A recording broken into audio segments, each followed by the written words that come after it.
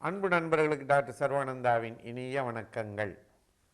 அவையின் கூற்று: வெல்ல முடியாத உயர்ந்த பொருள்கள் இந்த உலகத்தில் என்று அவ்வை சிலவற்றை கூறுகிறாள்.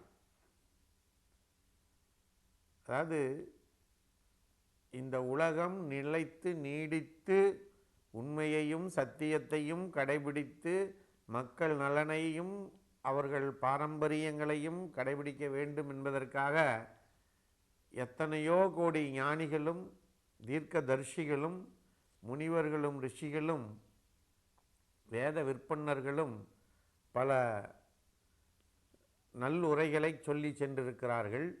அந்த வகையிலே ஔவையானவள் மிக சிறந்த கருத்துக்களை சொல்லியிருக்கிறாள். ஔவையை பற்றி சொல்ல வேண்டும் என்று சொன்னால், இன்றைக்கு உலக பொய்யாமறை நூல் என்று சொன்னால் அது திருக்குறள்.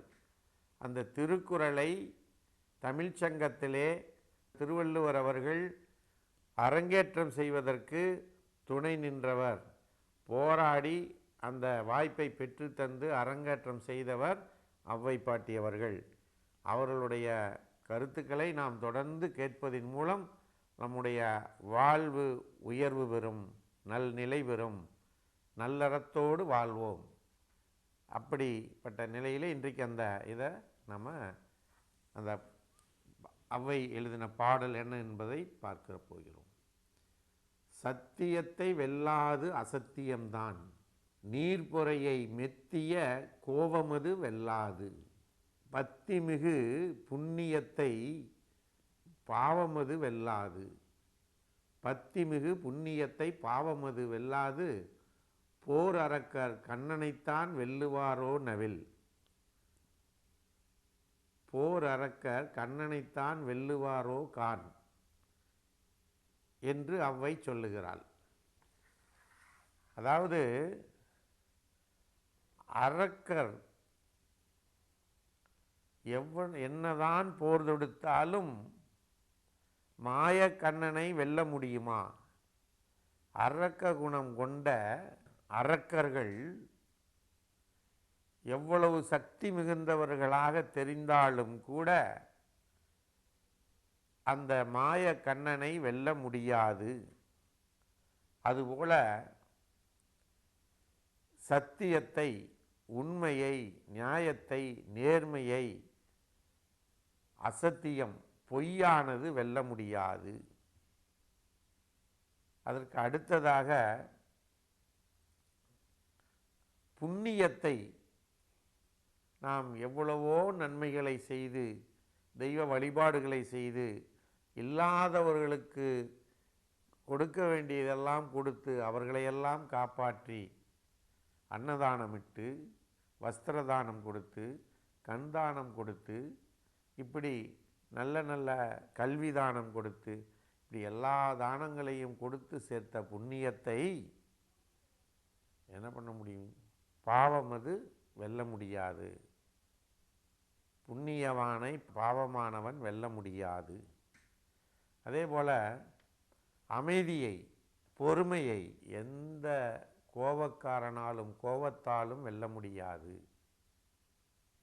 என்று ஔவை மிக தெளிவாக சொல்லுகிறாள். எப்படி அரக்கர் குணம் கொண்டு போர் தொடுக்கின்ற அரக்கர்கள் கண்ணனை வெல்ல முடியாதோ, அதுபோல உண்மையையும் சத்தியத்தையும் அசத்தியம் வெல்ல முடியாது, அமைதியையும் பொறுமையையும் கோபம் வெல்ல முடியாது, புண்ணியத்தை பாவமது வெல்ல முடியாது என்று சொல்லுகிறாள்.